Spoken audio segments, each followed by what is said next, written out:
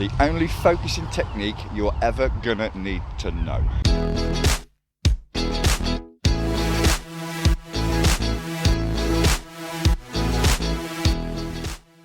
Greetings all, and a very good morning to you all. Look at this, very clear, beautiful morning. I was hoping for a bit of cloud, but it's not going to happen. It doesn't matter. And I'm going to discuss the only focusing technique you're ever going to need to know. It's quick, simple, and it never fails. And look, I'm not on my own today. I need to turn face tracking off just so that we see. I've got the other half with me. Let's just quickly get there and we'll talk about this superb focusing technique.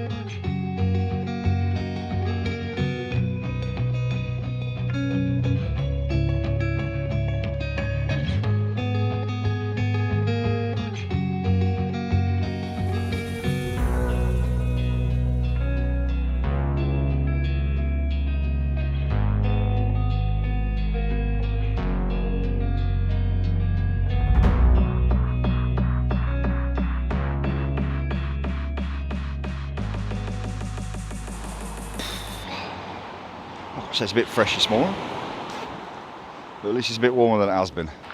Well, I know I've been here many times and taken this exact specific one, but I wanted to actually come here for a specific reason, is because it's a good place to actually come to show you a really good focusing technique that never fails. It's only really going to work if you're mainly doing like landscape and seascape and that sort of thing. If you're doing street stuff, you've got to be quicker, and this don't really work. So just let your camera do the autofocus itself. When you're doing things like your landscape and your seascape, or even still life photography at home, this technique never fails.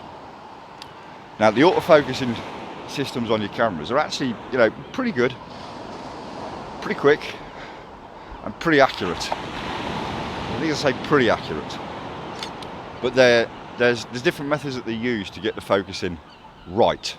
It looks for like, especially on mirrorless cameras at the moment, they use contrast. There's a difference in the contrast within the frame for it to focus.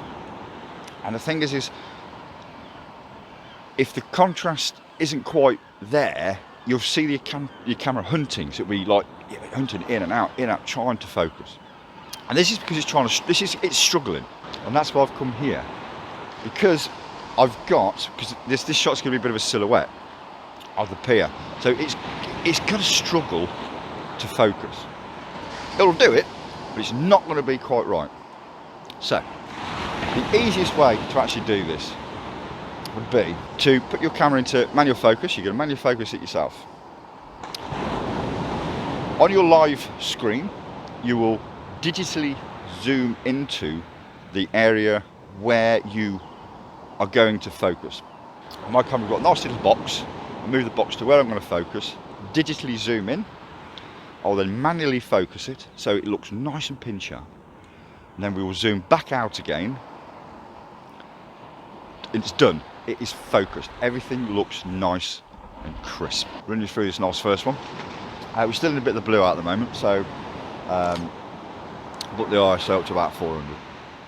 F11, fifth of a second. I've got I'm actually underexposing by one, and the reason being is because the brightness in the background, it was clipping slightly on the histogram, so dropped it down just that little bit, and just makes a bit of a darker silhouette on this front bit. So I've done this shot many times, and it's quite a nice one to do, because you've got the railings leading in from your left and your right, leading you in, and then you've got obviously all the oranges and stuff over there. I was hoping for a little bit more cloud cover, but I was looking at it during the weekend. I could see it was going to be clear, and I was like, please be wrong, you normally are. But it wasn't, it was right, but never mind. So yeah, here's the first one.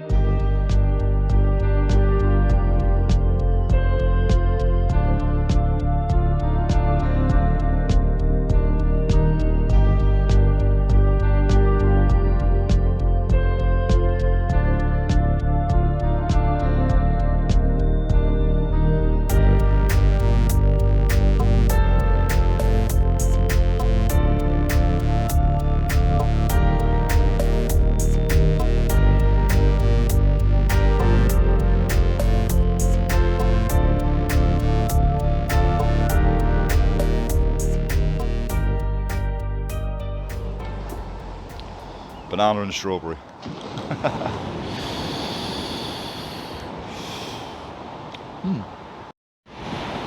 And just for the sake of it, I'm gonna exposure bracket this one, and then what you could do is let me know which one you prefer.